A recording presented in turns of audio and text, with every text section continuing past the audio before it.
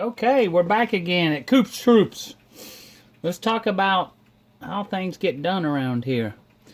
Check to see if the video's running. Yes, it seems to be running. You got a good view of my desk here. My wife said my right hand was in the video a lot last time, so I'll make sure I don't do that.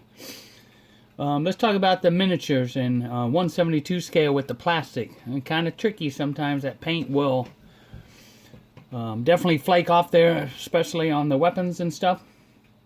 Okay, so the first thing I would do is what you do is you got to do a lot of trimming, with your sharp knife, but don't scrape it. Don't scrape it if you can. Not like that. You want to get your sharpest knife, get a new blade, and just go along that thing and the seam line and cut it. Try not to scrape it. You scrape it, it's going to have all those little tiny plastic hairs that is going to be like that. Now, the one thing that I think that I've never seen on YouTube was what I do. Let me get a figure out here. What I do, this is a sniper. I would cut that, not scraping it, just cut it. The seam line like that, just very gentle with the sharpest knife pot. And then if you're in the folds, you got to kind of make that fold. Don't flatten the fold. You got to scrape it like you're molding something.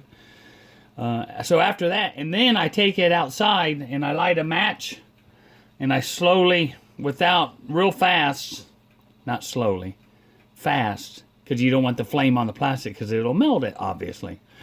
But all you're doing is melting those little strings. Just ching, ching, ching, real quick. You got to be careful with any kind of fiddly gun barrels. What's the other thing? The digging tool in the back. If you got the digging tool in the back, you want to be careful of that. Like on this figure right here, you definitely got to watch the potato masher grenade. You got your rifle, and then you have the digging, entrenching tool there. So you gotta be very, very careful. Now with these, I would not put that on and do the match trick before you would do that. Let's see if we. Oh, here's one. Here's one. See that hole right there? That is where the entrenching tool goes, which is a nice little addition that you can put that on there. It makes it for a little sharper little model. However, it doesn't like the match technique. Okay, so you got them trimmed. Wait, let's back up. Basing, correction again.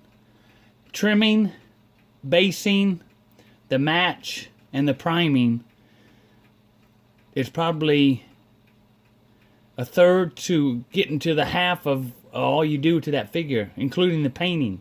That's how critical the first steps are. Now I do them on pennies. I think they're good, and they're gives them a little weight.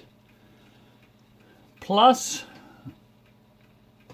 when you get a completed figure with the sand and rock on it, you definitely, let's see if we can get that in on focus. Let's see what we're gonna do. We got to figure out the focusing. I wonder if that helps. There, that's a little better. We'll have to work on the camera and the lighting and all that.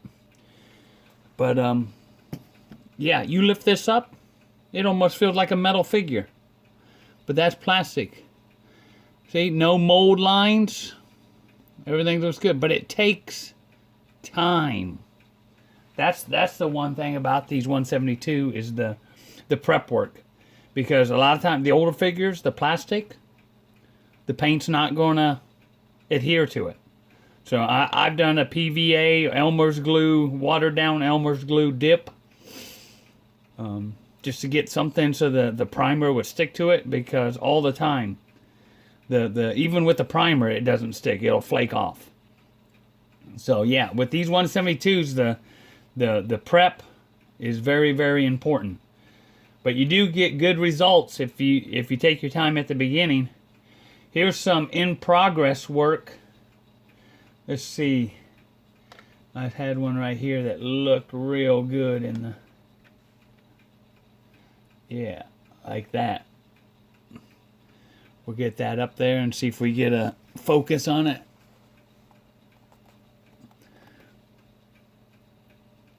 Look at the legs in the back. I prime with white. I've done with gray. I don't do black. Very rare do I do black. White gives you a lot better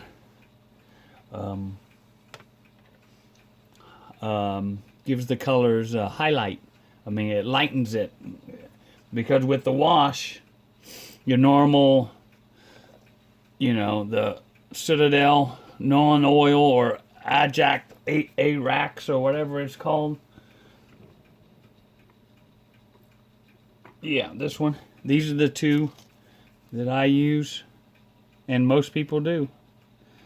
You got Army Painter, got their style. You got everybody's got their own, but these are really, really good. And I've always used this one, but now I'm starting to get into using this one, the Agrax Earthshade. I'm starting to use them. I use them on the Partisans. So every time I do a set of figures, I wouldn't say I improve, but there's little techniques that a lot of times I incorporate that I found that that works real good, like that hobby knife. I mean, you got to have a sharp knife. You change your blade every time you're going to do a 10-man squad. If you got that real sharp, you can get on that mold line and just cut it. Just very gentle. Don't scrape it because you're going to have all those plastic fiddly things. Okay, so you got the basing, the gluing together, the trimming of the lines, and then you prime it white, and then you're ready to start painting.